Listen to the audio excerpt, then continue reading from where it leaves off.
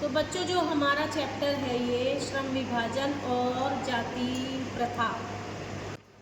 इसमें जो लेखक है वो ये कहते हैं कि ये विडंबना की बात है कि आज भी जाति प्रथा को पोषण दिया जा रहा है, उसे बढ़ावा दिया जा रहा है और इसमें सबसे ज़्यादा लोग पढ़े लिखे ही करते हैं।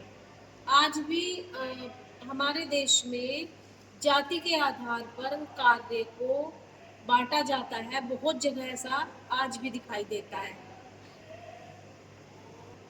देखो ना, आज के आधुनिक समय में भी कार्य कुशलता के लिए श्रम विभाजन को आवश्यक माना जाता है।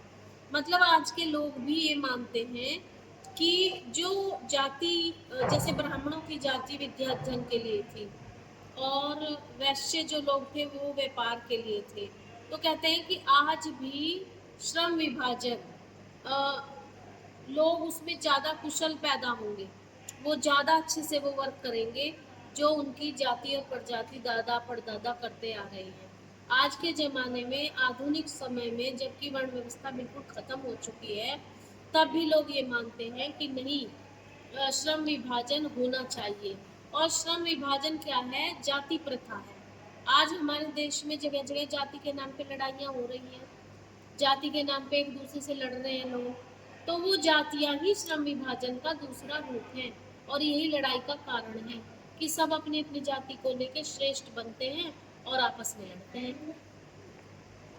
बच्चों, आगे लेखक ये कहता है कि हमारे देश में जो जाति प्रथा है ना, ये भी हमें ऊंच नीच का दर्जा बताने के लिए बहुत बड़ा अपना रोल निभाती है।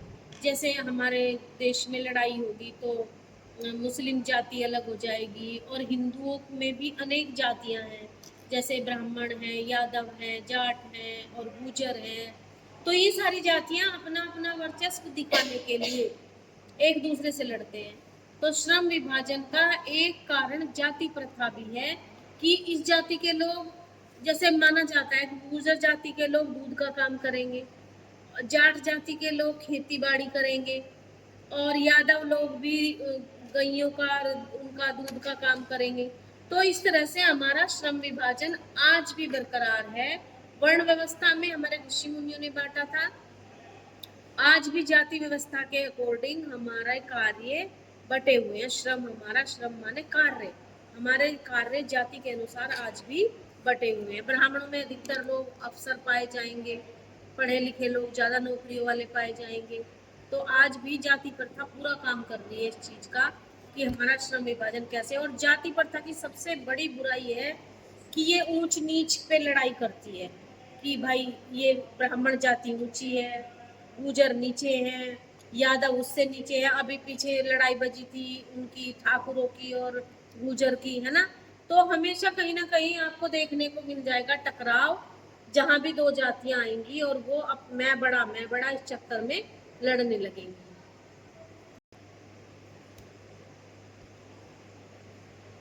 हमारा जो श्रम विभाजन है वो व्यक्ति की कुशलता पर होना चाहिए।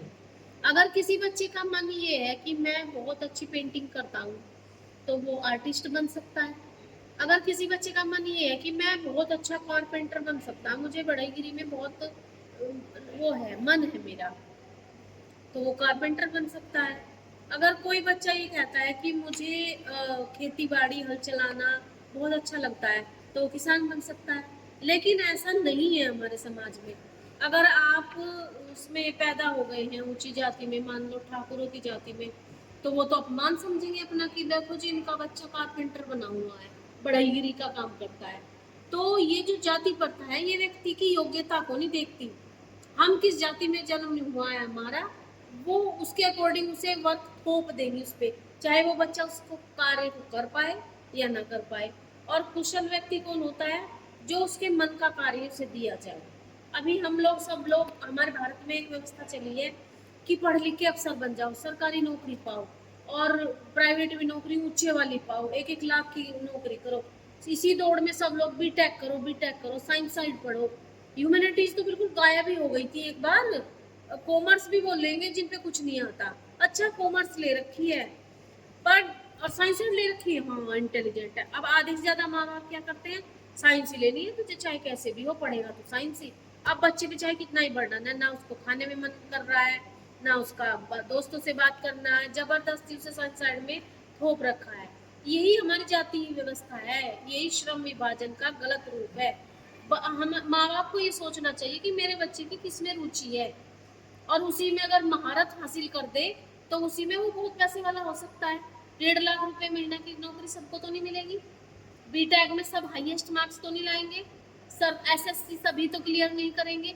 उनमें से कुछ बच्चे बहुत ही हाथ के कलाकार होते हो सकते हैं, डिजाइनर बन सकते हैं, वो बहुत सुंदर फैशन डिजाइनिंग कर सकते हैं, वो लोग बहुत अच्छे सोशल वर्कर हो सकते हैं।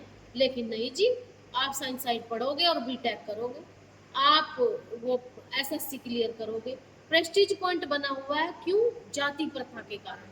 और इसी कारण हमारा देश पिछड़ जाता है, और हमारे बच्चे, बहुत बच्चे आत्महत्या करते हैं इस चक्कर में ही कि जो जाति है उसके अकॉर्डिंग माँ बाप उन पे कार्य थोपते हैं।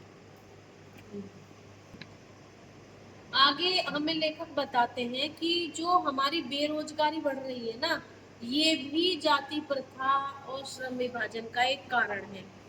कई बार क्या होता है कि हमारे जो हम जिस जाति में थे हमने वो पेशा चुन लिया, और या फिर हम किसी उसमें फैक्ट्री में बहुत मैनेजर की जॉब पे हैं, लेकिन अचानक से छटनी हो गई और हमारा पद वहाँ से जाता रहा, तो हमने और कोई काम सीखा ही नहीं है, हमें कुछ और आता ही नहीं है, तो हम बेरोजगार हो जाएंगे और परिवार भूखों मरने लगेगा, और ये लड़ाई झगड़ा, और वो अपने बच्चों को खाने के लिए लूटपाट करेगा और क्या करेगा।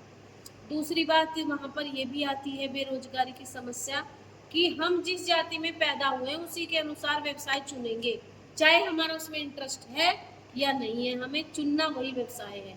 इस कारण फिर वो उसमें एक्सपर्ट नहीं हो पाते बच्चे, फिर वो वहां तक नहीं पहुंच पाते जो उन्हें कमाना चाहिए। तो कई बार वो कहते हैं मेरे मन का कार्य ही नहीं है, मैं ये जॉब करूंगा ही नहीं, और वो यूं ही घूमते रहते हैं और उनका बस पतन हो जाता है बच्चों का। ये सब हमारी जाति प्रथा का ही कारण है। बेरोजगारी बढ़ने का एक बहुत बड़ा कारण है जाति प्रथा।